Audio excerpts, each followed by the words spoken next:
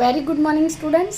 Last lecture સુધી આપણે અંતઃપટલમય તંત્ર એટલે કે એન્ડોમેમ્બ્રેન સિસ્ટમ ભણ્યા હતા અને એન્ડોમેમ્બ્રેન સિસ્ટમની અંદર 4 ઘટકો હતા: અંતઃકોષરસ જાળ, ગોલ્ગી કોમ્પ્લેક્સ, લાઇઝોઝોમ્સ અને વેક્યુલ્સ એટલે કે રસધાની. તો એન્ડોમેમ્બ્રેન સિસ્ટમના ઘટકો સમજીએ. એમાં પહેલું છે અંતઃકોષરસ જાળ એટલે કે એન્ડોપ્લાઝમિક રેટિક્યુલમ. એન્ડોનો અર્થ થાય અંતઃ, પ્લાઝમિકનો અર્થ છે કોષરસ અને એમાં આવેલું જાળાકાર એક તંત્ર અથવા જાળાકાર ગોઠવણી એટલે endoplasmic reticulum. Electron microscopic studies પરથી એટલે કે ઇલેક્ટ્રોન માઇક્રોસ્કોપમાં આપણે અભ્યાસ કરીએ તો તેના પરથી ખ્યાલ આવ્યો હતો કે યુકેરિયોટિક સેલ્સમાં એટલે કે સુકોષ કેન્દ્રીય કોષના કોષરસમાં પથરાયેલી નાની ટ્યુબ્યુલર જે રચનાઓ છે અથવા ટ્યુબ્યુલર સ્ટ્રક્ચર્સ જે છે, નલિકામય રચનાના જાળાને અંતઃકોષરસ જાળ કહેવામાં આવ્યું. તો ઇલેક્ટ્રોન માઇક્રોસ્કોપમાં અભ્યાસ કર્યા પછી ખબર પડી કે સુકોષ કેન્દ્રીય કોષમાં યુકેરિયોટિક સેલ્સમાં નલિકામય રચનાનું જાળું આવેલું હોય છે, જેને ER અથવા એન્ડોપ્લાઝમિક રેટિક્યુલમ કહેવાય છે. અને આ એન્ડોપ્લાઝમિક રેટિક્યુલમ કોષીય અવકાશને અથવા કોષની અંદર રહેલી જગ્યાને, ઇન્ટ્રાસેલ્યુલર સ્પેસને 2 ભાગોમાં વિભાજિત કરે છે. અંતઃકોષરસ જાળ જે છે તે કોષના અંદરના ભાગને 2 ભાગોમાં વહેંચે છે: પટલમય એટલે કે લ્યુમિનલ પાર્ટ જે એન્ડોપ્લાઝમિક રેટિક્યુલમની અંદરનો વિસ્તાર છે, અને બાહ્ય પટલમય ભાગ એટલે કે એક્સ્ટ્રા લ્યુમિનલ પાર્ટ કે જે કોષરસનો વિસ્તાર છે. એટલે સમજીએ કે અંતઃકોષરસ જાળ કોષકેન્દ્ર પટલથી શરૂ થઈ કોષરસ પટલ સુધી ફેલાયેલી છે. જેમ કે આ ન્યુક્લિયસ છે, આ પ્લાઝમા મેમ્બ્રેન છે. તો કોષકેન્દ્ર પટલથી તેની શરૂઆત થાય છે. આ કોષકેન્દ્ર પટલમાં પણ આ અંદરનું સ્તર છે, આ બહારનું સ્તર છે અને એની વચ્ચેનો અવકાશ એટલે લ્યુમેન છે. તો લ્યુમેન અથવા તો એ કોષકેન્દ્ર પટલનું પોલાણ છે. કોષકેન્દ્ર પટલથી શરૂ થઈ અને કોષરસ પટલ સુધી તે ફેલાયેલું અથવા તો લંબાયેલું તંત્ર છે. આને આપણે એન્ડોપ્લાઝમિક રેટિક્યુલમ કહીએ છીએ. અને તે કોષના વિસ્તારને 2 ભાગોમાં વહેંચે છે. એક તો આ જે નલિકાઓ દેખાય છે તેની અંદરનો વિસ્તાર એટલે કે લ્યુમિનલ પાર્ટ, અને બીજો જે બહારનો ભાગ છે તેને કહેવાય છે એક્સ્ટ્રા લ્યુમિનલ પાર્ટ એટલે કે બાહ્ય પટલમય વિસ્તાર. તો અંતઃકોષરસ જાળ જે છે તેની રચનામાં આ 3 ઘટકો હોય છે. એક તો હોય છે સિસ્ટર્ની કે જે બંધ કોથળીમય ચપટી રચનાઓ છે, વેસિકલ્સ જે પુટિકાઓ તરીકે ઓળખાતી અનિયમિત આકારની રચનાઓ છે, અને ટ્યુબ્યુલ્સ કે જે શાખિત રચનાઓ છે. તો આ અંતઃકોષરસ જાળના 3 ઘટકો થયા. ત્યાર પછી જો અંતઃકોષરસ જાળની બહારની સપાટી પર રિબોઝોમ્સ નામની કણિકાઓ હાજર હોય તો આ રિબોઝોમ્સ નામની કણિકાઓની હાજરીના લીધે બાહ્ય સપાટી પર રિબોઝોમ્સ હોય તો તેને કહેવાય છે RER એટલે કે રફ એન્ડોપ્લાઝમિક રેટિક્યુલમ, ખરબચડી અંતઃકોષરસ જાળ. અને જો તેની સરફેસ પર બહારની સપાટી પર કોઈ કણિકા નથી તો તેને કહેવાય છે સ્મૂધ એન્ડોપ્લાઝમિક રેટિક્યુલમ એટલે કે લીસી અંતઃકોષરસ જાળ. ફરીથી સમજીએ, એન્ડોપ્લાઝમિક રેટિક્યુલમના 2 પ્રકાર છે: RER અને SER એટલે કે રફ એન્ડોપ્લાઝમિક રેટિક્યુલમ અને smooth endoplasmic reticulum. Rough endoplasmic reticulum અથવા તો ખરબચડી અંતઃકોષરસ જાળ જે છે જેને કણિકામય અંતઃકોષરસ જાળ કહેવાય છે, અને SER જે છે તેને લીસી અંતઃકોષરસ જાળ કહેવાય છે. બાહ્ય સપાટી પર રફ એન્ડોપ્લાઝમિક રેટિક્યુલમમાં બહારની સપાટી પર રિબોઝોમ્સ ગોઠવાયેલા હોય છે, જ્યારે SER એટલે કે સ્મૂધ એન્ડોપ્લાઝમિક રેટિક્યુલમ પર રિબોઝોમ્સ હોતા નથી. જે કોષો પ્રોટીન સંશ્લેષણ અને સ્ત્રાવમાં સક્રિય રીતે ભાગ લે છે તેમાં કણિકામય અંતઃકોષરસ જાળ સાથે તેઓ સંકળાયેલા હોય છે. મતલબ કે એવા કોષોની અંદર કણિકામય અંતઃકોષરસ જાળ આવેલી હોય કારણ કે તે પ્રોટીન બનાવે છે અને પ્રોટીનની મદદથી તે સ્ત્રાવ કરતું હોય છે. જ્યારે લીસી અંતઃકોષરસ જાળ એ લિપિડ સંશ્લેષણનું મુખ્ય સ્થાન છે. RER એ ખૂબ જ વિસ્તરેલી રચના હોય છે જે કોષકેન્દ્ર પટલથી કોષરસ પટલ સુધી લંબાય છે. એટલે કે બાહ્ય કોષકેન્દ્ર પટલથી શરૂ થઈ કોષરસ પટલ સુધી ફેલાય છે. જ્યારે મતલબ કે RER જે છે એ પ્રોટીન સંશ્લેષણમાં ભાગ લેતા કોષોમાં વધારે હોય છે અને સ્ટીરોઇડલ અંતઃસ્ત્રાવોનો સ્ત્રાવ કરતા અથવા તો લિપિડનું સંશ્લેષણ કરતા કોષોમાં SER વધારે પ્રમાણમાં આવેલી હોય છે. ત્યાર પછી સમજીએ એન્ડોપ્લાઝમિક રેટિક્યુલમના કાર્યો. પહેલું કાર્ય છે યાંત્રિક આધાર, મિકેનિકલ સપોર્ટ. ખરબચડી અને લીસી અંતઃકોષરસ જાળ સમગ્ર કોષના કોષરસમાં ફેલાય છે અને કોષને શ્રિંક થતો અથવા ચીમડાઈ જતો અટકાવે છે, એક્સપાન્ડ થયેલો રાખે છે, વિસ્તરેલો, જેથી અંગિકાઓ સારી રીતે કાર્ય કરી શકે. ઇન્ટ્રાસેલ્યુલર એક્સચેન્જ એટલે કે અંતઃકોષીય અદલબદલ. અંતઃકોષરસ જાળ પોતે બનાવેલા પ્રોટીન્સ કે લિપિડ્સને ટ્રાન્ઝિશન વેસિકલ્સ અથવા તો વાહક પુટિકાઓની મદદથી, સ્થળાંતરક પુટિકાની મદદથી ગોલ્ગી કાયમાં મોકલે છે, જ્યાં તેનું પેકેજિંગ થાય છે. તો મતલબ કે પદાર્થોના વહનમાં પણ એ નલિકામય તંત્ર મહત્વનો ભાગ ભજવે છે. ખરબચડી અંતઃકોષરસ જાળ છે, RER જે છે એ પ્રોટીન બનાવે છે કારણ કે તેના પર રિબોઝોમ્સ છે. લીસી અંતઃકોષરસ જાળ લિપિડનું સંશ્લેષણ કરે છે. આ ઉપરાંત કોષ વિભાજન સમયે કોષકેન્દ્ર પટલના નિર્માણમાં પણ અંતઃકોષરસ જાળ મહત્વનો ભાગ ભજવે છે. સો it is concern with formation of nuclear membrane, મતલબ કે કોષકેન્દ્ર પટલનું નિર્માણ કરે છે.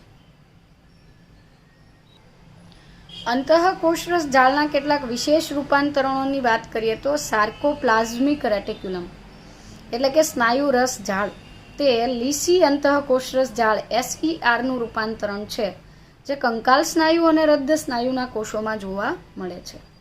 અને તે આ જે SR અથવા સાર્કોપ્લાઝમિક રેટિક્યુલમ છે તે કેલ્શિયમ અને ઉર્જાસભર સંયોજનો કે જે સ્નાયુ સંકોચનમાં વપરાય છે તેનો સંગ્રહ કરે છે.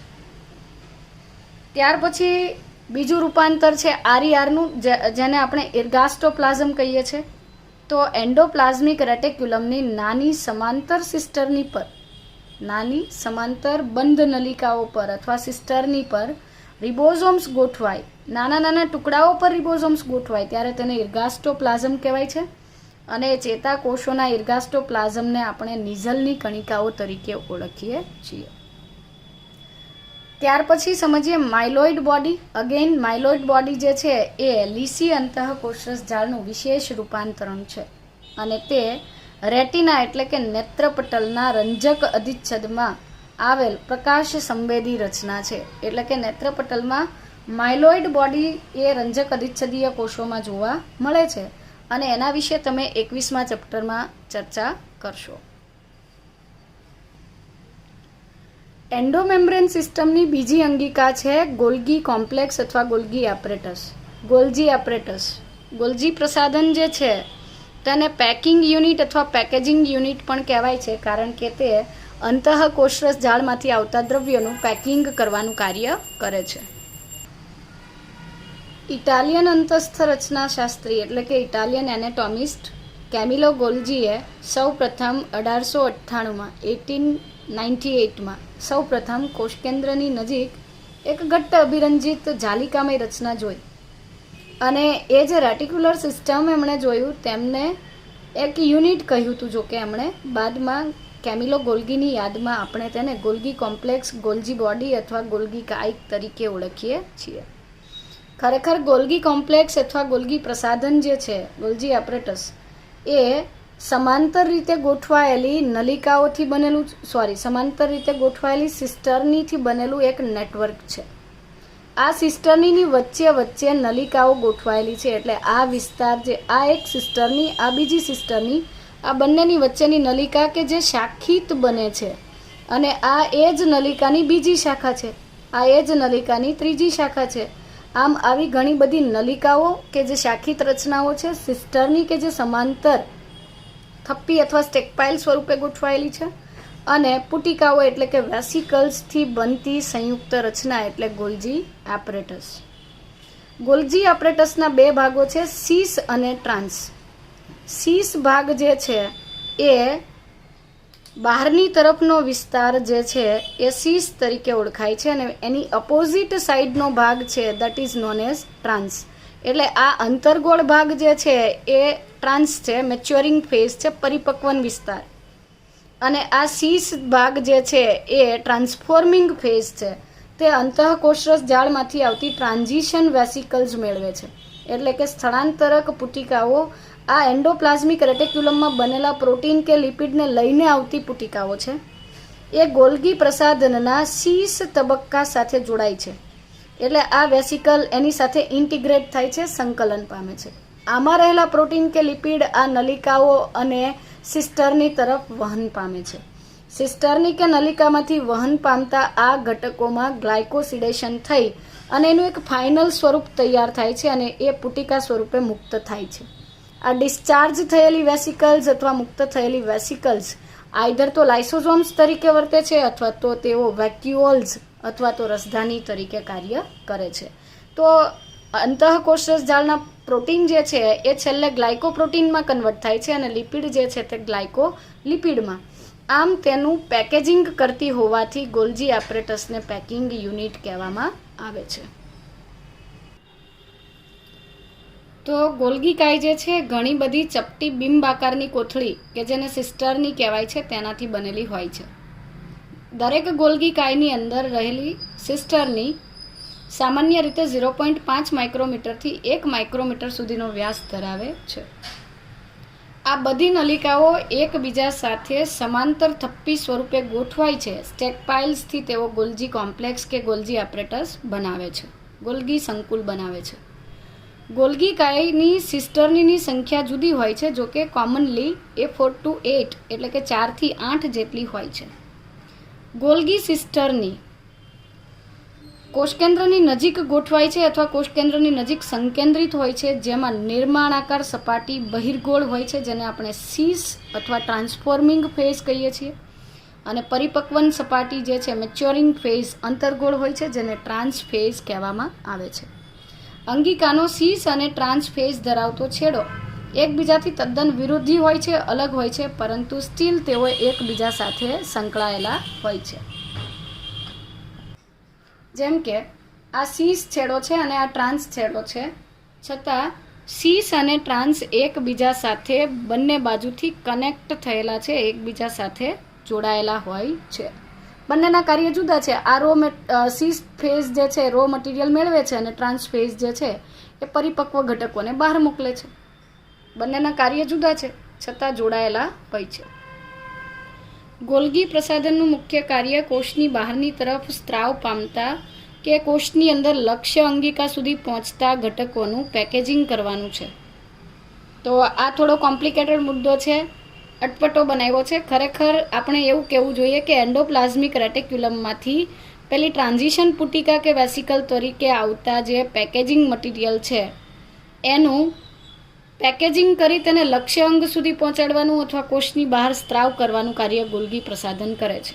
પણ ટેક્સ્ટબુકમાં લાઈન આપી છે કે ગોલ્ગી પ્રસાધનનું મુખ્ય કાર્ય કોષની બહારની તરફ સ્ત્રાવ પામતા કે કોષાંતરીય લક્ષ્ય સુધી પહોંચાડવાના જે ઘટકો છે એના માટેના પેકેજિંગ દ્રવ્ય તે ઈઆરમાંથી પુટિકા સ્વરૂપે મેળવે છે, અને આ પુટિકા સ્વરૂપે ગોલ્ગી કાયના શીર્ષ છેડાથી સંગઠિત થઈને પરિપક્વન છેડાની તરફ ગતિ કરે છે.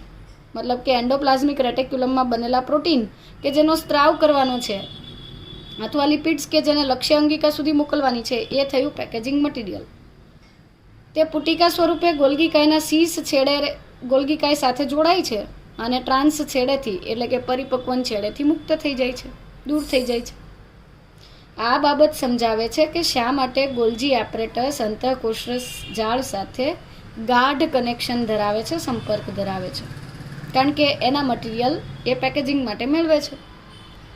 કેટલાય પ્રોટીનનું સંશ્લેષણ રિબોઝોમ્સ દ્વારા અંતઃકોષરસ જાળની સપાટી પર થાય છે અને તે ગોલ્જી પ્રસાધન દ્વારા ટ્રાન્સ છેડા પરથી મુક્ત થતાં પહેલાં તેમાં જરૂરી ચેન્જીસ થાય છે, એટલે કે ગ્લાયકોપ્રોટીન્સ અને ગ્લાયકોલિપિડ્સ બને છે, એટલે કે જે તે ઘટકોનું ગ્લાયકોસિડેશન થતું હોય છે.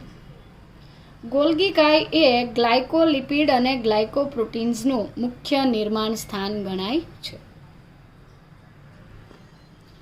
ગોલ્ગી કાયને કેટલાક અન્ય નામોથી પણ ઓળખવામાં આવે છે, જેમ કે Golgi body, Dalton complex, Golgi complex, lipochondria એવી ગોલ્ગી કાય કે જે ગ્લાયકોલિપિડથી ભરપૂર હોય, બેકર્સ બોડી, ઇડિયોઝોમ, ડિક્ટિયોઝોમ, ડિક્ટિયોઝોમનો મતલબ છે પ્લાન્ટ ગોલ્જી બોડી, વનસ્પતિ કોષની ગોલ્ગી કાય, ટ્રોફોસ્પોન્જિયમ એટલે કે પોષક તત્વો ધરાવતું સ્પંજી પદાર્થ. તો આવા કેટલાક અગત્યના નામો જે છે એ ગોલ્ગી કાય માટે વપરાય છે. ત્યાર પછી મહત્ત્વના કાર્યોની વાત કરીએ તો ગોલ્ગી કાય સ્ત્રાવનું કાર્ય કરે છે, જે ગ્લાયકોલિપિડ્સ અને ગ્લાયકોપ્રોટીન્સનું સ્ત્રાવ કરે છે.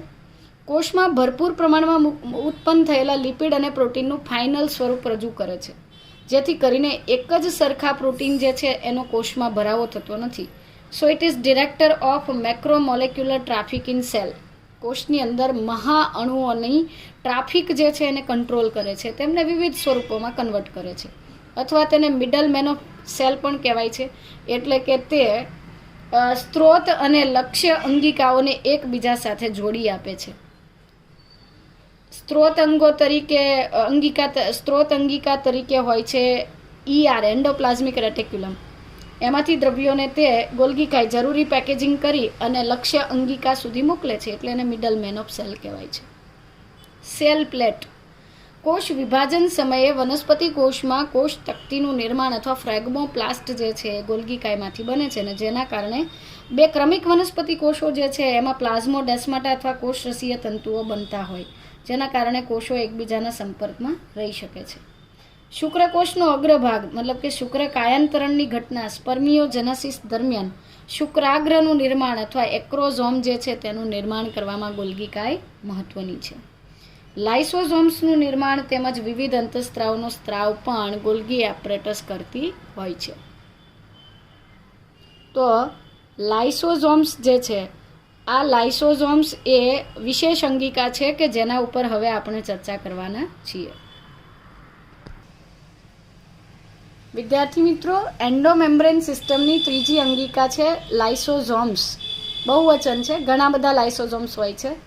આ પટલમય પુટિકીય સંરચના છે, એટલે કે મેમ્બ્રેનસ સ્ટ્રક્ચર છે કે જે પેકેજિંગ પ્રક્રિયા દ્વારા ગોલ્જી એપરેટસમાંથી રિલીઝ થાય છે, નિર્માણ પામે છે. મુક્ત થયેલા લાઇસોઝોમ્સ પુટિકાઓમાં, એટલે કે નવી સર્જાયેલી લાઇસોઝોમની પુટિકા કે વેસિકલ્સ જે છે તેની અંદર બધા જ પ્રકારના હાઇડ્રોલાઇટિક એન્ઝાઇમ્સ જેવા કે હાઇડ્રોલેઝીસ પ્રકારના ઉત્સેચકો આવેલા છે, જે ખોરાકના ઘટકોનું પાચન કરે છે. જેમ કે લિપિડનું પાચન કરતા ઉત્સેચકો લાઇપેઝીસ કહેવાય છે, પ્રોટીનનું પાચન કરતા ઉત્સેચકો પ્રોટીએઝીસ કહેવાય, અને કાર્બોહાઇડ્રેઝીસ એ કાર્બોદિત અથવા સ્ટાર્ચ કે ગ્લાયકોજનનું પાચન કરે છે. ન્યુક્લિએઝીસ એ ન્યુક્લિક એસિડ્સનું પાચન કરે છે. તો નવી નિર્માણ પામતી લાઇસોઝોમ્સની પુટિકા આવા હાઇડ્રોલાઇટિક એટલે કે જળ વિભાજન કરનારા ઉત્સેચકો ધરાવતી હોય છે. આ વગેરે ઉત્સેચકો જોવા મળે છે, અને આ બધા જ ઉત્સેચકો જે છે એ જળ વિભાજનની પ્રક્રિયા માટે જવાબદાર છે, અને તેઓ ઇષ્ટતમ pH કાર્ય કરે છે. એટલે કે ઇષ્ટતમ pHમાં સાર્વત્રિક રીતે સક્રિય હોય છે, એટલે કે તેઓ સારી રીતે કાર્ય કરતા હોય છે. આ ઉત્સેચકો અનુક્રમે લાઇપેઝીસ છે તો લિપિડનું પાચન કરે છે, પ્રોટીએઝીસ પ્રોટીનનું પાચન કરે છે, કાર્બોહાઇડ્રેઝીસ કાર્બોદિતનું પાચન કરે, અને ન્યુક્લિએઝીસ ન્યુક્લિક એસિડ્સના પાચન માટે સક્ષમ ગણાય છે. હવે ચર્ચા કરીએ કે લાઇસોઝોમ્સ જે છે એની શોધ ક્યાંથી થઈ હતી અને એના ઉપર કયા કયા પ્રકારના અભ્યાસ થઈ ચૂક્યા છે. લાઇસોઝોમ્સ જે છે, આ લાઇસોઝોમ્સ સૌ પ્રથમ ક્રિશ્ચિયન સાયન્ટિસ્ટ ડી દુવે દ્વારા 1955માં લાઇસોઝોમ્સની શોધ થઈ હતી. બધા જ પ્રાણી કોષમાં લાઇસોઝોમ્સ હોય છે, સિવાય કે સસ્તનોના આરબીસીસ એટલે કે સસ્તન પ્રાણીના રક્તકણ સિવાયના જે પ્રાણી કોષો છે, આ બધા જ પ્રાણી કોષોની અંદર લાઇસોઝોમ્સ આવેલા હોય છે. ત્યાર પછી વાત કરીએ તો વનસ્પતિ કોષમાં આવેલી મોટી જે કેન્દ્રસ્થ રાજધાની લાર્જ સેન્ટ્રલ વેક્યુલ એ લાઇસોઝોમ્સ તરીકે કાર્ય કરે છે. આથી હાયર પ્લાન્ટ્સ જે છે, ઉચ્ચ કક્ષાની વનસ્પતિઓ જે છે તેમાં ભાગ્યે જ લાઇસોઝોમ્સ જોવા મળે છે, પરંતુ ફંજાઈ જે છે તેની અંદર લાઇસોઝોમ્સની માત્રા ઘણી વધારે હોય છે. બેક્ટેરિયા અથવા પ્રોકેરિયોટિક સેલ્સની વાત કરીએ.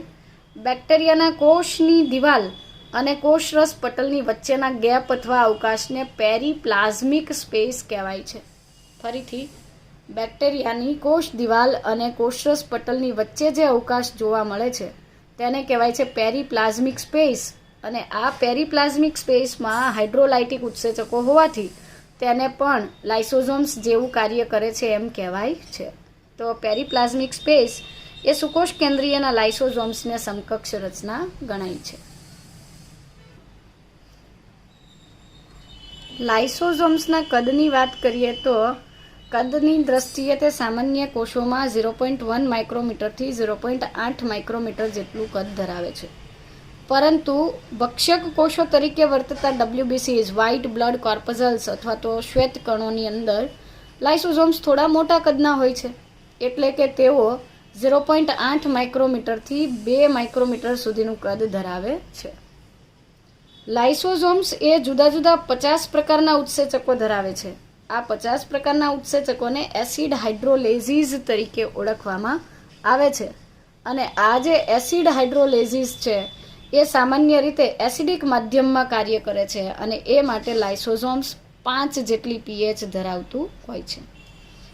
આ માટે આટલી નીચી અથવા તો એસિડિક pH ક્રિએટ કરવા માટે લાઇસોઝોમ્સના પટલમાં હાઇડ્રોજન પંપ આવેલો હોય છે, જે સક્રિય વહનની રીતે કોષના કોષરસમાંથી હાઇડ્રોજન આયનોનું શોષણ કરે છે અને અંદરની તરફ એસિડિક માધ્યમ સર્જે છે. લાઇસોઝોમ એ આકારની દ્રષ્ટિએ ખૂબ જ પોલીમોર્ફિઝમ ધરાવે છે, બહુરૂપતા, જુદો જુદો આકાર ધરાવતી અંગિકા છે, કારણ કે કાર્ય કરતી વખતે લાઇસોઝોમ્સ જે છે એ જુદા જુદા બાહ્યાકાર અને દેહધાર્મિક સ્વરૂપો ધરાવે છે, અથવા તો લાઇસોઝોમ્સને કાર્ય કરતી વખતે જુદી જુદી મોર્ફોલોજીકલ અને ફિઝિયોલોજીકલ સ્ટેટ્સ અથવા અવસ્થાઓ હોય છે. આથી તે કદની દ્રષ્ટિએ તેમજ આકારની દ્રષ્ટિએ વિવિધતા સભર અંગિકા ગણાય છે. બહુરૂપતાની દ્રષ્ટિએ લાઇસોઝોમ્સના અલગ અલગ 4 પ્રકારો સમજીએ. પહેલો પ્રકાર છે પ્રાઇમરી લાઇસોઝોમ્સ અથવા સ્ટોરેજ ગ્રેન્યુલ્સ. પ્રાઇમરી લાઇસોઝોમ્સ એ પ્રાથમિક અથવા સંગ્રાહક કણિકાઓ છે અને સામાન્ય રીતે તેઓ પાચક ઉત્સેચકોનો નિષ્ક્રિય સ્વરૂપે સંગ્રહ કરે છે.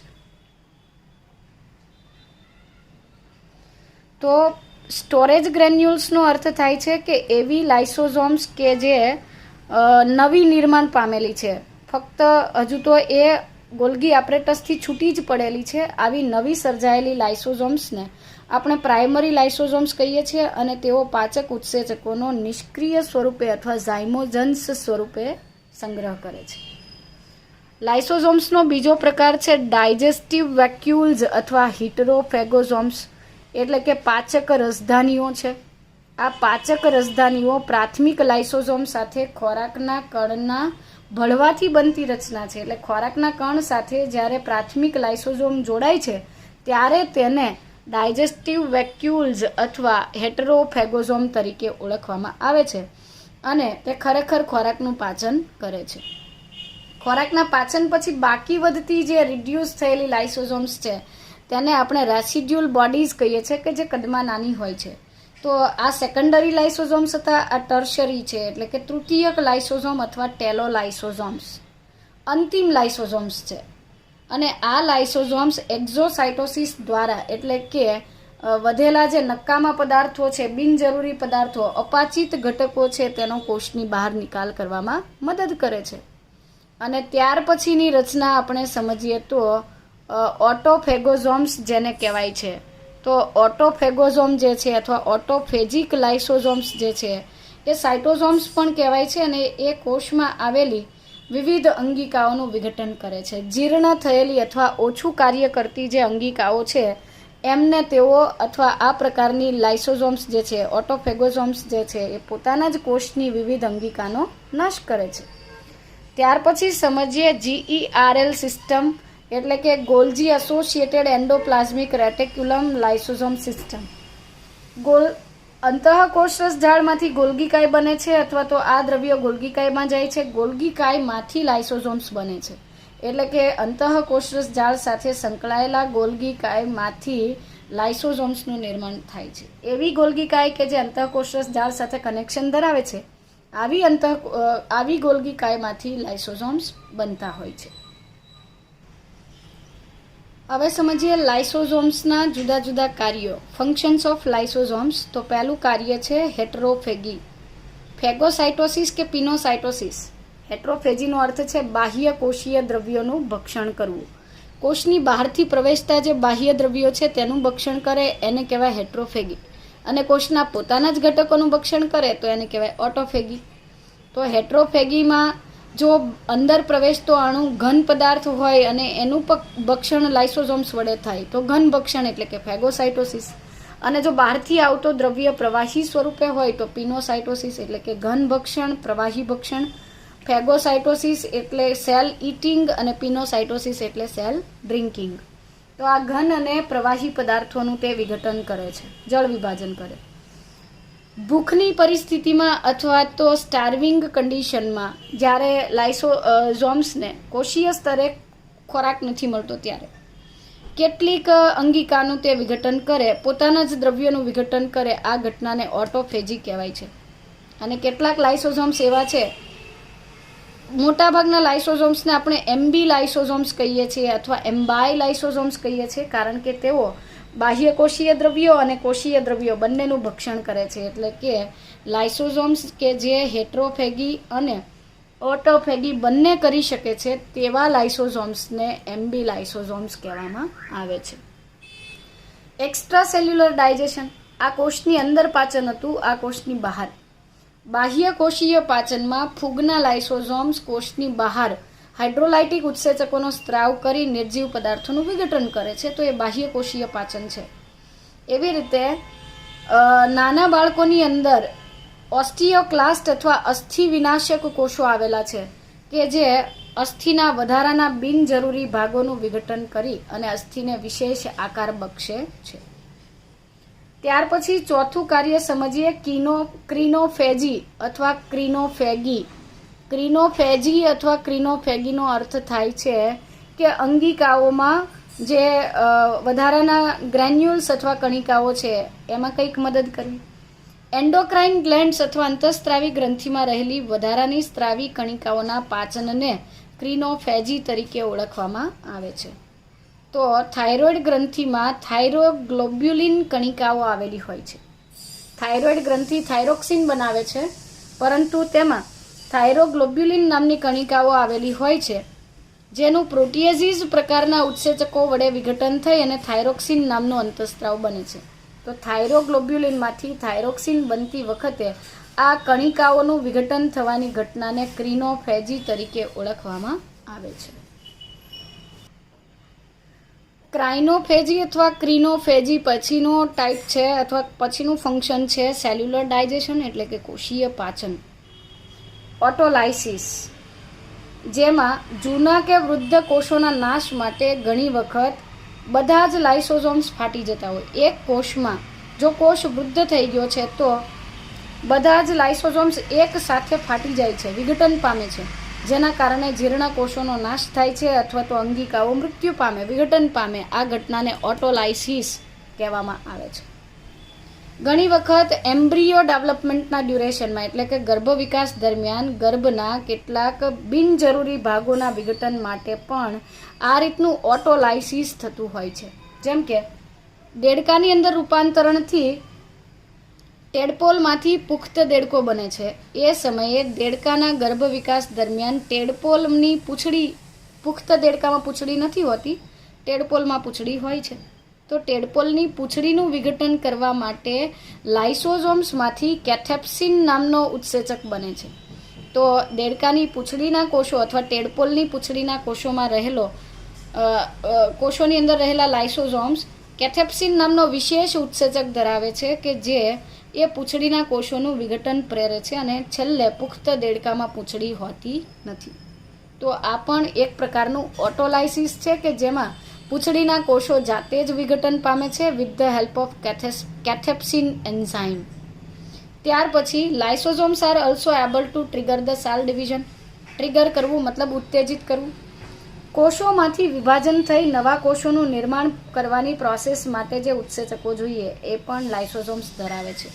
તો લાઇસોઝોમ્સ જે છે એ સંભાજનની પ્રક્રિયાને ઉત્તેજે છે. જીર્ણ કોષોનો નાશ કરવામાં લાઇસોઝોમ્સ ખૂબ જ મહત્વનો ભાગ ભજવતા હોવાથી તેને આત્મઘાતી કોથળી સુસાઇડલ બેગ અથવા સ્યુસિડલ બેગ કહેવાય છે. તો મતલબ કે જે ઓટોલાઇસિસ કરતી લાઇસોઝોમ્સ છે એનું જ વિશેષ નામ છે સુસિડલ બેગ અથવા આત્મઘાતી કોથળીઓ. આ સુસાઇડલ બેગ્સ એ એવા લાઇસોઝોમ્સ જે છે કે જે જૂના અથવા જીર્ણ કોષોનો નાશ કરે છે, એટલે કે તે પોતે જ પોતાનું નાશ કરતી હોવાથી. જ્યારે કોષનો નાશ થાય છે ત્યારે લાઇસોઝોમનો પટલ પણ નાશ પામતો હોય છે. એટલે લાઇસોઝોમ્સ પોતે જ પોતાનો નાશ કરે છે અથવા તો પોતાના જ કોષનો નાશ કરે છે. આથી તેઓને સુસાઇડલ બેગ કહેવાય છે.